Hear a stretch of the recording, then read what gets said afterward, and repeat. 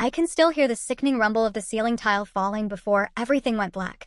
One moment I'm frozen in place, staring at Miss Yellow's polished heels blocking the door.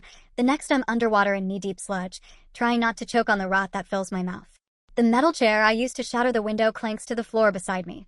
I'm screaming, but I'm drowning in my own voice as the sickly stench of raw sewage and chemicals closes in. Then the lights come back on, and I'm on the floor gasping for air, coughing up something slimy and bitter, my face on fire. I claw at the chest-deep black water around me as hands reach in. 3 girls pulling me back up, trying to get me to breathe, to live. Let me breathe. I croak, coughing so hard I feel like I might throw up again. Isla's shrill voice cuts through the chaos. We have to get out. One spark, we'll all die. The word spark hangs in the air as if the metal from the smashed window truly could ignite the poisonous air in here. My ears still ring with the captain's warning from the ambulance that if we'd stayed 5 minutes longer, we'd be dead. 5 minutes. I shake my head, delirious, trying to focus on something solid. My body is shaking. Oh God, I'm so cold. Alyssa is there, tears on her cheeks, brushing black bits off my cheek and whispering for me to breathe in time with her. In holdout. All night I will replay that sequence of gasps, but right now, all I can feel is relief and anger that if I had one more second of breath that day, it would have been wasted on the unending lecture of Miss Yellow as the water rose around us. The fluorescent lights hum back on, and I know that this is the worst thing I have ever endured. My face burns and rips of cloth cling to me like a reminder of where I was. I cough once more, and the paramedic tells me I'm lucky that the fluid in my lungs is dissolving even now. He says it like he's bragging about catching me just in time. On the way to the ambulance, I glance back and see Miss Yellow, pale and frozen on her desk amid a sea of black water, still yelling through the door. She doesn't move until the hazmat team pulls the door open, and there she stands, stoic and frantic at the same time, waving back as if we're the ones still trapped. If someone had told me at the beginning of the week that I would nearly die in the worst way imaginable, I might have listened. But on Monday morning, all I knew was that Miss Yellow's voice had been frazzled ever since we'd walked into her Algebra 2 class. We knew the school board was picking our teachers for promotions next week, and Miss Yellow had been bragging all morning about how she was absolutely going to get the new head position in the math department. All right, everyone, she said, eyes glittering with self-importance. I hope you brushed up on last night's homework. This test on polynomials will make or break our class average. And remember, proper discipline is what built this country, not whining over every little problem. Whining. The word tasted like bile in my mouth. Mrs. Diaz, who was also up for that promotion, had just called us out of geometry for a surprise fire drill. The hall was full of students and teachers filing out calmly. But in Miss Yellow's class, I nearly choked on my own breath. She was beaming. I realized then she was playing politics, trying to look calm and in control. How many of you remember a time when an alarm meant actual danger? Miss Yellow asked, swiping her finger on her iPad. The screen glowed with her face and a smug grin. She raised an eyebrow at us. Because it seems today's students panic over everything. We didn't have panic buttons when I was learning algebra. We buckled down and solved our problems quietly. Grumbles spread through the room. Ben shot me a look. His mom was a nurse, and he'd been through enough real emergencies to know the difference. But Miss Yellow dismissed us. This afternoon, she continued, tapping the speakerphone on her desk, the sewer folks are coming to fix those old pipes that have been acting up, and I'm certain they might interrupt us with an announcement. But I want you all to sit tight. Keep your phones away. No leaving the classroom unless I say so. Her tone was final, almost menacing. My fingers itched to tuck my phone deeper into my pocket. I remember the day before, Miss Yellow had sighed loudly in the parking lot with Mrs. Diaz. It was whispered hall talk that the old sewer line was showing stress cracks. Rumor had it the district had known for weeks but decided to delay repairs until summer break. I shrugged it off. Surely if it was dangerous, they would evacuate the whole school, not just one class. And I was more worried about not being prepared for that calculus unit test than some leaky pipe. By lunchtime, an uneasy tension had settled over the school. Alyssa, my little sister in biology, texted me. They still haven't fixed the pipes? The reply came as a group text. No, but hazmat suits are outside. Stay calm. We shared a laugh emoji, trying to pretend we weren't freaked out. Little did we know, our world was about to get very small. Back in Algebra 2, just after the PA announcement crackled over the speakers, Miss Yellow marched to the door. Evacuate? No, she muttered. The intercom screeched. Attention all students and staff. Main sewage line has ruptured. Evacuate the building immediately. The room flickered with nervous energy. Everyone started getting up as if we were chained to some emergency muscle memory, except Miss Yellow. She planted herself in front of the door like a soldier holding a fortress. Sit back down. Now. Her voice was ice cold, the tone of a teacher threatening detention at first. But in that moment, we all realized this is serious. My heart was pounding in my throat. Miss Yellow sirens outside. I started, raising my hand out of habit. She ignored me. I don't authorize any evacuation, Miss Yellow said, ice cold. This is probably the same old board-mandated nonsense to scare students. You people need some discipline. Whispers broke out. Jack, who always bragged about being high in the class, stood up on his chair. Ma'am, but hazmat suits. Hazmat is very convenient, yes, Miss Yellow sneered. Success requires enduring a little discomfort. You kids expect instant gratification without even thinking. The room went silent. Painful silence. Then from under the door, a foul odor seeped through. I recognized it instantly from the compost bin back home. The smell of rotten eggs and death. Jack gasped.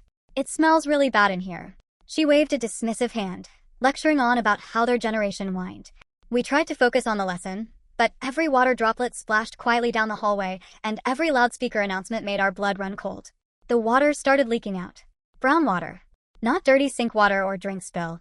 It was dark, thick, sludgy water. What's that? I asked, leaning forward. We all watched the floor tiles darken in a spreading stain. Miss Yellow's lip curled. Probably just an overflow from the restroom. Now sit down, or you're all getting zeros on tomorrow's test. Let's not risk your grades over a little leaking pipe. I felt a hand shake on my shoulder. Isla, sitting in front row, pointed at the door. Is water supposed to do that? She squeaked. We saw the brown water advancing on the hallway tiles like some sick, slow wave, eating away at the linoleum.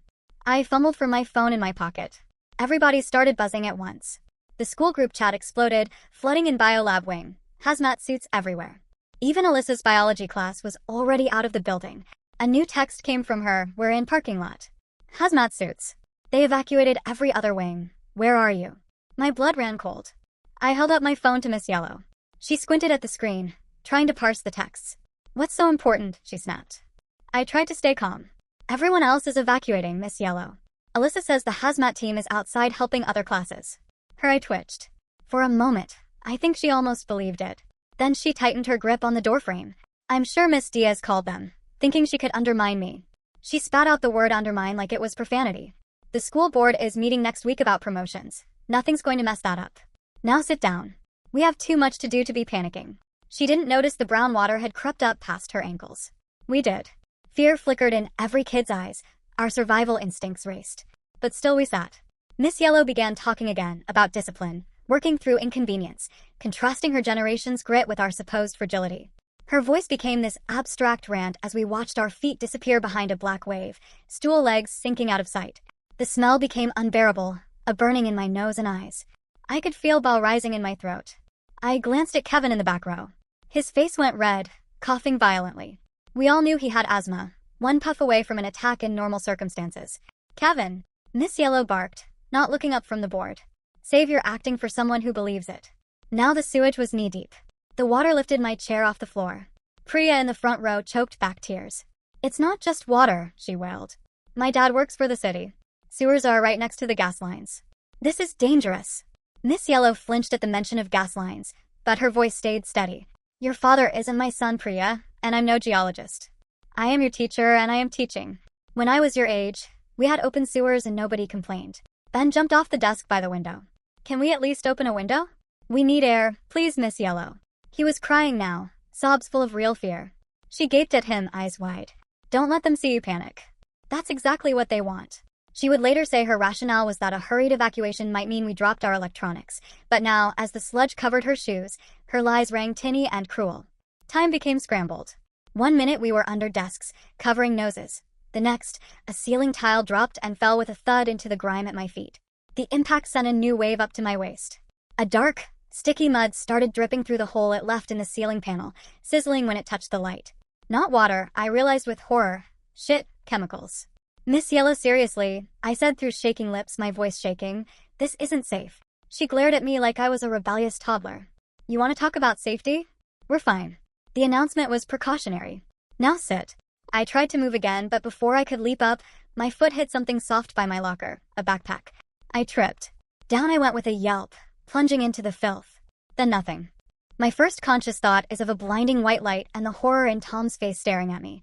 My arms are squeezed under my body, pinned by the weight of whatever fell. I try to twist free and realize it's the metal chair I grabbed. For a split second, I can think weapons of math destruction indeed. A chunk of tile lies on my arm as if to seal the fate. Even from here, I catch the scent of the gas beneath the sewage. I hear the screams of my classmates. The floor is tilting, or maybe it's my head. Someone yells, "Get her out." Hands pull me up. I cough, choking on brackish water that turns to acid in my throat. There's blood in the water. Our blood. I can feel something warm at my calf. I can feel nothing because panic has taken my senses. Abruptly, everything goes white and I can't see a thing. I'm floating, watching as Tom's lips move but the words don't get through. There's something beautiful and frantic in the chaos. The way kids, yes, even popular ones and jocks, are linking arms with nerds to lift laptops and shoes above their heads. Uniforms against uniforms, sneakers and backpacks scattering. We're carrying anything not nailed down as we pray Miss Yellow doesn't know the meaning of drop it. Then I'm engulfed by light. It's not God, but it might as well be. Fresh air hits me like a blow. I gasp, choking up clear blue sky and that sharp crispness of ozone. "You just cost me my promotion, Miss Yellow," someone hisses from behind the shattered window. Not me, but I mouth it along with them. Through jagged glass, the bell of the school bell, the distant crush of emergency boots, and the roar of parents coming. They scramble to help me up and I feel a violent tremor from the ground, but it's not an earthquake. It's us kids, frantically crawling out and away. When I come up, I'm wearing a bloody lip and someone's stitching stitches into my arm.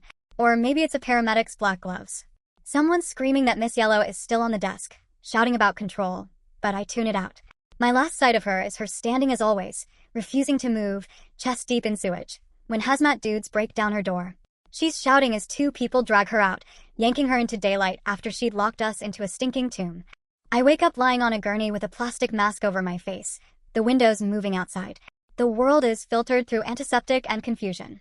A paramedic is shining a light in my eyes, asking if I remember my name. I do, but my head pounds. He says I was 3 minutes without air. "Lucky," he whispers and scribbles something on a clipboard. I force my eyes to focus on him, to thank him, but I feel so heavy and so tired. Around me, everyone is shaking. I see Kevin's mom hugging him as he wheezes through an inhaler. I see Jack's legs turning red blotches. They're putting cream on them. Priya's on a gurney in the next aisle, mumbling apologies. Even Miss Yellow's eyes are red as reporters flood in. Someone from the hazmat team tells a reporter, "If we had stayed even 5 minutes longer, we'd have had an explosion or complete blackout in the school." They all got lucky today. They record that, of course, and one angle shifts to me being put on a stretcher, coughed out all over a towel. A nurse whispers, "We're out in the hall. You need to calm down or we have to sedate you." And I breathe in sharp. It smells so clean out here. Rubbing alcohol, little pink hospital socks. I look up to see Alyssa's face, tears streaming down her cheeks. "I'm so sorry, she wails. "Alyssa, it's okay." I try to reach out, but an 4 needle on my other arm holds me still. She shows me her phone. At 11:47, a text, "Get out now." She saved herself and everyone else but didn't think to check on me. Her eyes are full of guilt and tears, and I squeeze her hand. The doctor asks me in a clipped tone about what exactly I swallowed, about my breathing, about chemicals. "Likely methane poisoning," he says softly, "but we're monitoring you. Very lucky you didn't lose your lungs entirely." I don't know what that means exactly, but I nod. That night at home, I see the same group chat is on fire. Pictures of darkened corridors, cough drops scattered on tabletops, doctor's notes. Kevin's inhaler bill scrolls up to $300. Jack's mom took pictures of his red welts. We're all trading horror stories like a secret club of survivors. On my bed, I take screenshots of the district's email about a minor plumbing issue and how all students evacuated safely. Every word makes me clench my fists. The lies are so bald, it's almost mocking me. I post it to the chat and everyone goes silent, then furious. "Look at this," shouts one text. "All safe, nothing to see here," another. I literally shake my head, laughing at the absurdity.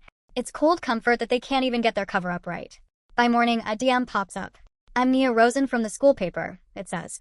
"I've been following the sewer saga. If you'll talk, I can help." My throat tightens. I look at the email on the screen. The board praised the staff response. I snap a picture of every line and send it back to Nia. "This is what they're telling parents," I type back. "It's all lies." Nia replies almost instantly, "Yes, it is. We need witnesses. Please answer these questions." She attaches a questionnaire. I'm trembling, but I tell myself, yes, I must do this. I am livid on behalf of everyone who was down there, choking on memories of that wet death. Meanwhile, our class slowly picks up. We make a Google Drive jam-packed with video clips and photos. Isla's shaky phone video of sewage flooding past the lockers, someone's tape of Miss Yellow ripping the PA speaker out, the GPS timestamp text showing we were trapped for 21 minutes. It's all there now. Our class's ugly digital footprint of what really happened. I sort them by time, chronology, and evidence. I dial the hazmat office to get the methane levels. The receptionist fumbles an excuse about an ongoing investigation, putting me on hold for 10 minutes before saying she can't comment. Of course they won't comment. It's like dealing with a brick wall that smells like bleach and authority. Then a ray of hope. Nia's friend, Jamal, an environmental lawyer in training, reaches out. He sends a stack of forms to request records, formal legal stuff. We spend our Saturday nights drafting FOIA requests to the city and school district. Who gave the order to wait on repairs? When did they know the line was failing? We name names, cite dates. Something in me switches into determination. The day after, I sit at my desk trying to compose an email to the city with waterproof charts when Mrs. Gray, my chemistry teacher, corners me after class. She lowers her voice. Kids in your group are causing a scene. Miss Yellow's got a list of everyone speaking out. Seriously. I feel a cold finger slide down my spine. A list? I swallow my fear and smile. Just safety concerns. She glances around, then quietly. Be careful. You're a bright kid. Don't blow your future. We leave for the day, and I collapse under the hot shower, scrubbing my hair like it's the night's grime. Abruptly, I'm breathing shallow and fast. The shower noise too loud, the white walls falling in on me. The brown water is back, choking me. I'm thrashing, diving in my mind. Alyssa. I black out. Alyssa barges in, pulls me out, wrapping me in a towel.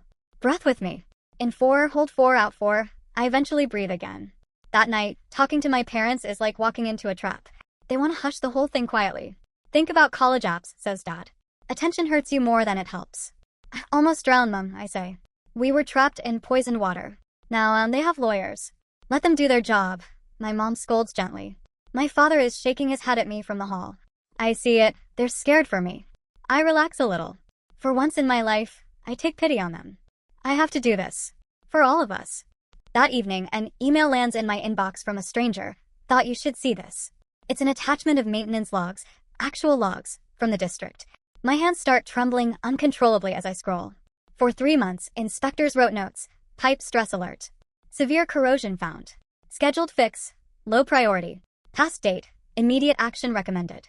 Shock on shock, this was avoidable. I share it with the group chat. One by one, confirmations flood in. Every face I know is pale on video calls. Miss Yellow was right, somebody knew. Nia stays up all weekend with her article. It goes live Monday. Students trapped in sewage emergency seek answers. It's pinned on the school paper website with every piece of evidence we gathered, annotated with quotes. Within hours, the principal is demanding a full retraction. He threatens funding cuts. Nia texts, they want it down or no paper.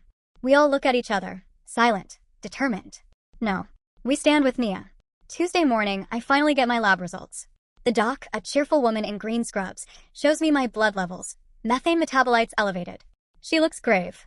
Not proof of explosion-level gas, but consistent with chemical exposure. She doesn't have to spell it out. I've always hated science class, but right now I owe it my life. I scan those results into the drive. More proof. Then a new ally, Devin Ruby, a city attorney who responds to the story. He sits with me in the library reading room. He doesn't charge me a penny. His eyes are kind. We'll do this by the book, he says. He explains how to file a formal complaint, who the exact person to give it to is. He says kids have rights too, and these records show they were violated. He tells me how public records work, how a redaction lawsuit can go. With Devin's help, I draft complaints to state education and health boards. Priya's dad, who's an admin, helps glue stamps. We overnight mail everything, take photos of receipts to prove delivery. Then it gets weird, the gossip grapevine. Someone hears Miss Yellow in the teacher's lounge calling us liars. Attention-seeking, she says, ruining her career. Part of me is hurt, being called a liar after all we endured. But then I see the lights go on in other eyes. Teachers start whispering about safety issues in other classes, minor ones we never knew about. We realize we're not crazy. That Friday, 30 kids in the cafeteria decide on a peaceful sit-in. We don't chant or block, just sit outside classrooms doing homework on the floor. The principal bellows at us through megaphone to disperse. We don't budge. We sit, breathing in our air. Teachers glare at us from windows. When they try to drag a few of us inside, I quietly tell them, we're just doing what you never did, using our voices. The other kids just sit straighter. Finally, the board's records arrive with blacked-out sections. We read between redaction lines. Student evacuation concerns have been deprioritized. Equipment purchase delayed. One email says, we can wait until summer when no students are here. The evidence is overwhelming. District lawyers fire off a press release. Students overreacting. They bury their lies in jargon. Everyone is confused, including our classmates, who start whispering it's just kids messing around. We answer by doing what we do best, organizing. We set up a listening circle in the school parking lot after class. 40 of us, sitting in a circle on the asphalt, voice after voice after voice. Burning throats, migraines, panicked faces during drills. Kevin's mom comes with us. When he explains that 3 daily puffs are now his reality, she breaks down sobbing. She shares his inhaler bill. It's ridiculous. $350. A petition starts online for teacher training. It's honest anger, a controlled rage that feels good to share. Someone's filming for evidence. I glance at Alyssa across the circle, and she meets my eye with a nod. We're doing the right thing. The sense of unity is our shield against the district's PR. 1 day later, an anonymous source finally leaks what we needed. Surveillance footage from the day of the incident, timestamped. The entire classroom. We watch in horror as the sewage trickles and then floods. There's me, crawling out the window, covered in muck and tears. For those who doubted our timeline, this is all the proof. 36 minutes of slow-motion fear. Within hours, it's all over social media. Angry parents and neighbors tag school board members. School lied. Our kids almost died. Then come the threats. Texts from blocked numbers calling my house, warning me to drop the crusade or face consequences. Troublemaker and think of college. My blood boils all over again. I screenshot everything. We show it to Officer Jennings at the precinct. He half listens, saying they'll look into it, but I doubt much will happen. Across town, it's happening to Kevin, Isla, and Ben too. We compare messages. All practically the same. One coward sending all of us the same intimidation campaign. When I walk into school the next day, some kid not even in our class spits, "You ruined our year." Others glare at us like we're terrorists. Our principal is distancing himself, whispering in corners. I catch him watching me ice cold. Still, we persist. Wednesday after school, my chem teacher slips me something small. A carbon dioxide meter. Might as well check more rooms, she suggests under her breath. We roam hallways, surprising cough from the meter in the old wing. Numbers way above normal. Dust-coated vents in science labs. We photograph it all. Speckles of black mold in the air vent grills. Those photos join our mountain of evidence. Now the district tries to strong-arm us with fear. A letter arrives announcing Miss Yellow's defamation complaints against anyone saying she was at fault. It's legalese threatening our families with lawsuits. I nearly throw it out in panic until Devin calls. "Bring it," he says calm. We walk into the district lawyer's office the next day, Devin beside me. The minute they see him, their tone changes. Nice nods, pleas for calm. "This is all so amicable," they say sweetly now. Devin clenches his jaw when they offer us freebies, new test tubes, if we just stay quiet. We smile politely and pass. Meanwhile, back online, voices are lost in the crowd. Our parents start a Facebook group that splinters. Half want lawsuits, half want talks, half think it's a union trick. It's chaos and I refuse to scroll it. The only thing that keeps me grounded is the insurance folder I got from Jack's aunt. One quiet evening, she hands it over in a dark living room. My heart jumps as I read it. Negligent delay in evacuation. They thought we wouldn't see it. And buried inside, mentions of other covers-ups, past air quality claims, settled quietly. We spend hours with a Sharpie, blocking out personal info so we can share it. At midnight, our Instagram blasts the key phrases, negligent delay, historic complaints, underlined red. In minutes, it's viral again. Parents are tagging board members in every post. A crest of hope lifts in my chest. I gather our evidence into one public Google folder. We annotate it like a courtroom binder, timeline charts matching text messages, doctor's notes, logs. All the pieces of our nightmare puzzled together. Over 100 files. TV news call me for interviews. I watch myself on screen, heart in throat, trying to sound composed as I say, "The evidence is here for anyone who wants it." My voice still cracks, but I say it. Finally, the district agrees to a public meeting, a town hall they call it. It's crammed with parents and news cameras. My stomach flips. Miss Yellow stands in front of everyone and her voice is shaking. She speaks about that day, but she doesn't mention the parents who almost lost their children. She talks about the pressure the administration put on her. "They made us choose between teaching and the numbers," she whispers. I feel a pang. She almost killed us, but she's human enough to confess fear. For one awful moment, I have sympathy. Only for a moment. The board president hands out the independent report, a mandate to fix things. He reads off violations that make my cheeks burn in shame that I go to the same school. Gas sensors absent. Drills neglected. Outrage spreads like wildfire. When a vote for new safety measures is called, every single hand goes up. Even the teachers who support Miss Yellow raise their hands. Miss Yellow gets moved to a desk job. Still paid, but not around kids for now. The principal gets a slap on the wrist that won't come off his record. Friday, I get a letter from the school lawyer. "We made a deal. No more punishments for breaking that window or talking about this. It'll be expunged if I drop the social media posting." But I don't sign. I'm tired of being silenced. My mom rips the paper before I can change my mind. "Let them try," she says. The campus drifts back to normal. Students who held our hands in crisis have new secrets now. Isla transferred to a safer district, but she checks on us online.